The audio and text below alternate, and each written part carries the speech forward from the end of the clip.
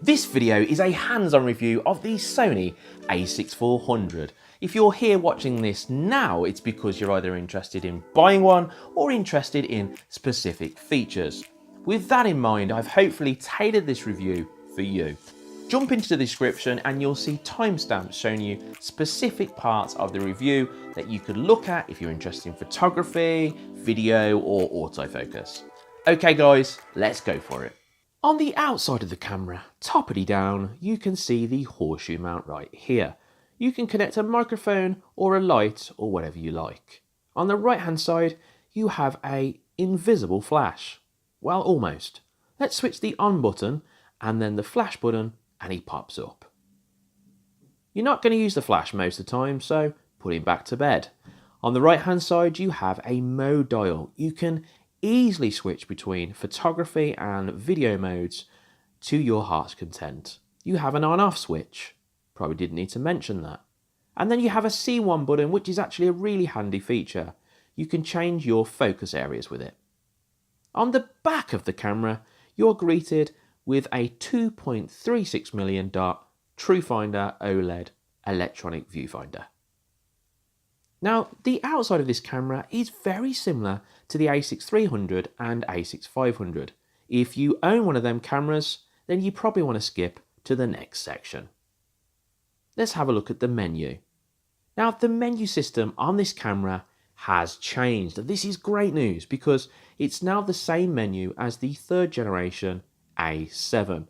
The menu before this was very complicated and just really horrible to use. Now, I've never been a fan of Sony menus, but this is definitely a lot easier to navigate. All the buttons on the back are still the same as you experienced with the A6300, but a few things have changed. One of the things that's changed is that you can assign specific features to different buttons. All you have to do is go into the menu area. When you're in the menu area, you can then choose an option, and this option is custom key. Selecting custom key enables you to choose different features for different buttons. This is a brilliant idea. You can actually assign all different buttons to have different features, and this is going to make your life a lot easier. On the side of the camera, you have the inputs you would expect. You have the HDMI, the USB, and you have the microphone input. Now, you don't actually have the headphone input, which is a bit of a shame, but I don't think that's going to make a massive difference for most people buying the camera. Let's go to the bottom of the camera. Now, it's not usually an area that concerned with, but here you can see a thread for your tripod and then also your battery compartment. Now, the battery inside hasn't changed. It's still the same battery as the A6300. And notably that camera had pretty poor battery life. But there is good news. This camera does have better battery performance, and that's due to a few features we're going to discuss later in the video. Let's pop that back in there. So that's the outside of the Sony A6400. Before we jump into the specific areas of this review, let's talk about some overall features. This is a 24.2 APS-C sized sensor. In fact, it's the same sensor you find on the A6300. Nothing wild there, Sony, but what has changed is the processor. The processor on the A6400 is the same as you will find on the Sony A9. The reason I'm doing that gesture is because the Sony A9 is priced there and the A6400 is priced somewhere around about there. So that's amazing. Sony have put the same processor on this camera. But what does this mean? Well, it means improved color science and significantly better focusing. You also get 425 phase and contrast detection points on the back of this camera. That covers around about 84% of the back of your frame, which is going to be more than enough for pretty much any kind of autofocus situation. Okay guys, let's jump into the first section of the review, which is video. The A6400 offers amazing high-resolution 4K at 24 and 30 frames per second. You can shoot internal UHD 4K with full pixel readout. This means no pixel binning. The camera collects about 2.4 times the amount of data required for 4K movies and then oversamples it to produce high quality 4K footage. This gives you exceptional detail and depth. Add to this the improved colour science that you get with the A6400 and the exceptional autofocus you get in 4K, and this makes the A6400 great for creative movie production. You also get video profiles like S-Log and HLG. You can even grade your footage to take it to the next level. You have slow motion options up to 5 times, and you have quick motion up to 60 times straight from the camera. The A6400 shoots full HD at 24, 30, 60 and 120 frames per second. The Sony A6400 has no record limit, and that's great because other cameras in the class do have a record limit. In fact, Fuji's and the other Sonys like the A6300 would cut off at a certain point. This is because they overheated. But with the A6400, you don't get this. You can carry on recording for as long as you like. So far, everything's been positive about the video on the A6400, and it really is good. But let's talk about the few things which have been bothering people. The first thing is the IBIS. There's no image stabilization inside the camera. Honestly though, if you're a serious video creator, you're going to buy a lens which has the image stabilization built in. Alternatively, you're going to have some kind of gimbal system. So many people have been talking about the rolling shutter, saying it's terrible, it's the worst. It's not that bad. Okay, so I've just recorded this little clip here showing a 4K rolling shutter. See what you think. I don't think it's that bad at all. So that's the video for the Sony A6400. Let me tell you what I was impressed with. The 4K footage on this camera is absolutely phenomenal. Also, the colour science is really, really impressive. Now, the autofocus we're going to talk about in a minute is also great. So when you pair all this as a video creation package, it takes something to beat this camera for under £1,000. In fact, I'd go as far as saying it's pretty much the best at the moment. The next section is autofocus. Now, this is one of the parts about this camera I was most intrigued about. I love good autofocus. There's nothing better than switching your camera on and just feeling comfortable in the knowledge that you're not going to be out of focus and whatever you're recording is going to just be good. Now, I've always experienced this with the dual pixel autofocus on Canon, and that's what I've always used to record most of my studio stuff with. So using a Sony and using their new eye autofocus system, or should I say their updated version of this, was always really interesting to me to see if it was as good as the Canon dual pixel autofocus. The first test was just to make sure that we could keep focus easily with the A6400 with the subject walking towards the camera.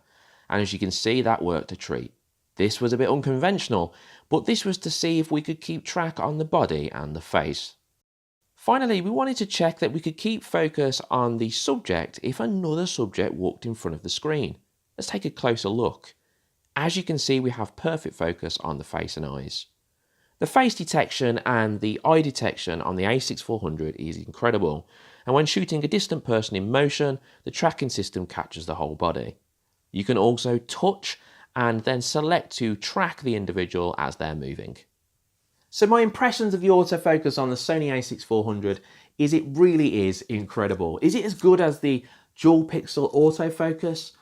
I really don't know. I mean, they're so close, but yet they're still so different. So it's difficult for me to say, but what I will say is both systems are phenomenally good. So I wouldn't begrudge you going for either because I think both are going to perform just as well as each other. Let's talk photo, one of my favourite things. A lot of you that have been on the channel for a while will know I'm a photographer by trade. So I was always interested in knowing what this camera would do based on its photos. The A6400 shoots up to 11 frames per second, which is very impressive for a camera under £1,000. When shooting at this frame rate, you get minimal display lag. It is kind of noticeable, but not really that much. You can take up to around 116 shots in JPEG and 46 shots in compressed RAW format.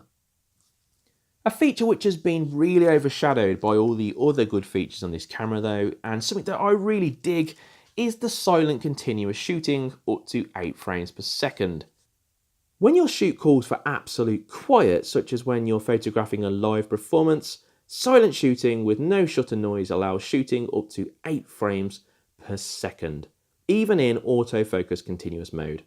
Even though the 24 megapixel sensor is the same as what you find on the A6300, what's changed is that Sony have paired it with the new Bionic processor, found in their flagship camera. This has meant that the pairing with these two aids in boosting light collection efficiency. Basically put, it's better noise suppression in higher ISOs, and in turn, this means better low light performance.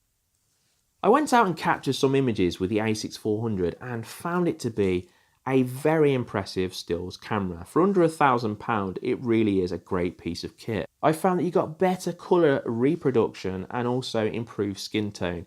You also seem to get a lot more vibrant and accurate colours in such things like vegetation. Everything just seemed to pop more. Now, Sony obviously said that this was improved, but actually seeing this for myself was really quite promising, and it made me realise that Sony have really done a great job when it comes to photo with this camera. The last section that we're going to look at is vlogging. Now, I'm not going to go into too much depth in this section because I'm going to make a video all about it in a few days. So here I am, screen's flipped up and I'm in vlogging mode. That's right. Let's watch out for these trees. It's a bit closer around here. Yeah, this is not too bad. I actually think this screen's better than I thought it'd be. I'm so used to the Canon fully articulated screen that I thought that this screen might be a bit of a pain in the arse. But you know what? Walking around with it like this is not too bad. I actually quite like it. I will say, of course, though, we have to address the issue of the horseshoe mount, which is on top of this right here. And if you want to stick a microphone there, you're going to have to stick it on an L bracket underneath. And that's the only real way that it's going to work. Of course, unless you record the audio separately. Anyway, this is vlogging through the woods. Okay, so to wrap things up for the Sony A6400, this is what I think. This camera is such good value for money. At under £1,000, you get so many features. And what I'm really impressed with, more so than anything, is probably the autofocus and the quality of the 4K. Yes, this camera has been touted as a vlogging camera, but that doesn't really blow my mind because there's so many other vlogging cameras out there which are just the same price as this or cheaper. And you don't necessarily need all the features that you get on this camera for vlogging. But I just think this camera is such good quality. The 4K on this camera is exceptionally good. The colour science is amazing, dare I say it, as good as Canon's now or even better. And the same as the autofocus. I think the autofocus is definitely on par with that of Canon's. It's a completely different autofocus system. I'd say Sony's is quicker, and I'd say that Canon's is probably still slightly more accurate. But overall, for under £1,000, this is one heck of a camera if you're choosing it for photography, if you're choosing it for video, or if you're choosing it for vlogging. I hope you've enjoyed today's review on the Sony A6400. And remember, I'm actually making another video on this, all about vlogging and how it performs as a vlogging camera in a couple of days. So if you want to check that out, hit subscribe and then join our growing community. I hope you've enjoyed this video, guys, and whatever you do for the rest of the day, make sure it's a good one.